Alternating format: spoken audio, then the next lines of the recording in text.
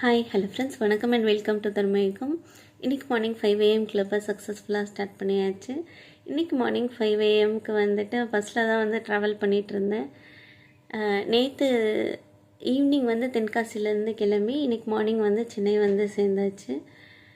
காலையில் வந்து 5 மணிக்கு வந்து பஸ்ஸில் வந்துட்டுருக்கும்போது அலாரம் எப்பவும் போல் அடிச்சுது. எழுந்திரிச்சாச்சு. எழுந்திரிச்சிட்டு பஸ்ஸில் வச்சு என்ன பண்ணுறதுன்னு யோசிக்கச்சு தான் நம்ம வந்து டெய்லி ஒரு 10 பேஜஸ் படிக்கணும் அப்படின்னு சொல்லியிருந்தோம் இல்லையா. அதனால நான் கூட சொல்லியிருந்தேன் இல்லையா, கதை தான் வந்து அந்த படிக்க போகிறேன், 10 பேஜ் படிக்கணுன்றதுக்கு கதை தான் படிக்க போகிறேன்னு சொல்லியிருந்தேன் இல்லையா. அதுதான் வந்து இன்றைக்கி காலையில் பண்ணேன். ஒரு 3 ஸ்டோரிஸ் வந்து படித்தேன். அதில் வந்து ஒரு 2 ஸ்டோரி வந்து ரொம்ப முக்கியமாக தான் இருந்தது. 3வது ஸ்டோரி வந்து ரொம்ப பிடிச்சிருந்தது. இப்போது உங்ககிட்ட அந்த 3வது ஸ்டோரியை தான் ஷேர் பண்ணிக்க போகிறேன். வாங்க பார்க்கலாம். ஒரு ஊரில் மணிகண்டன் ஒரு பையன் இருக்காங்க. அவங்க வந்துட்டு நல்லா படிச்சிருக்காங்க. ஒரு ஆஃபீஸில் வந்து அக்கௌண்டண்ட்டாக வேலை பார்க்குறாங்க. கணக்கு பிள்ளையாக இருக்காங்க. அவங்க வந்துட்டு நல்லா கடுமையாக வேலை பார்க்குறாங்க. அவங்க ஆஃபீஸில் வந்து அவங்களோட வேலையெல்லாம் வந்து அவங்களுக்கு ரொம்ப பிடிக்குது. வேலையில் நல்ல நல்ல பேர் கிடைக்கிது. அதுக்கப்புறம் ஃபினான்ஷியலாகவும் வந்து வீட்டை வந்து நல்லா பார்த்துக்கிறாங்க.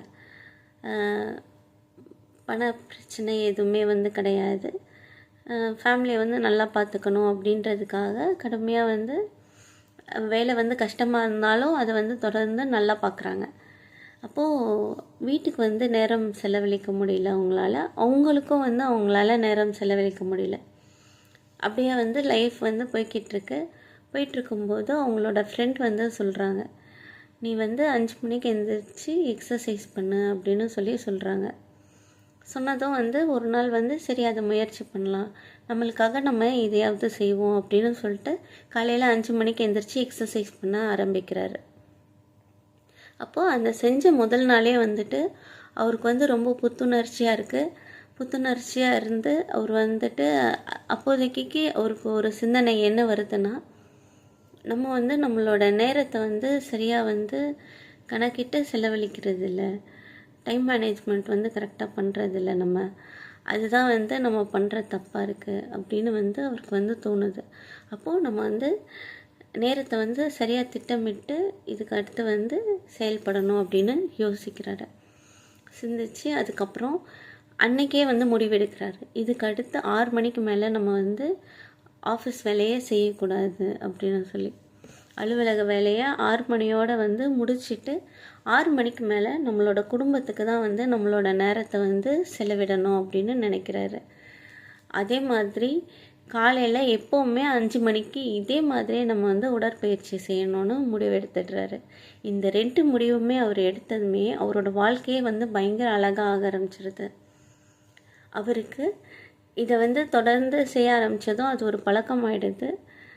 பழக்கமானதும் அவருக்கு நல்ல ஆரோக்கியத்தை உணர்றாரு, அமைதியை உணர்றாரு. அதை விட முக்கியமாக ரொம்பவே மகிழ்ச்சியாக இருக்கார் அவரோட குடும்பத்தோட.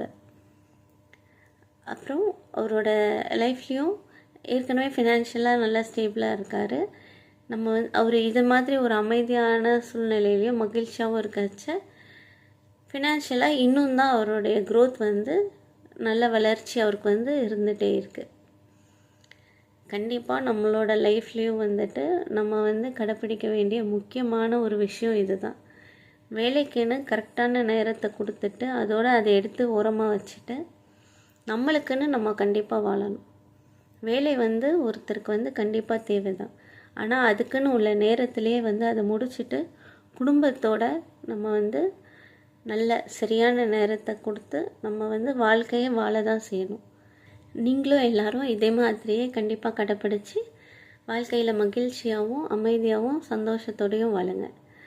ஓகே, நாளைக்கு வேறு வீடியோவில் பார்க்குறேன். Until then, bye from Kalai Selvi. Tata, bye bye, see you.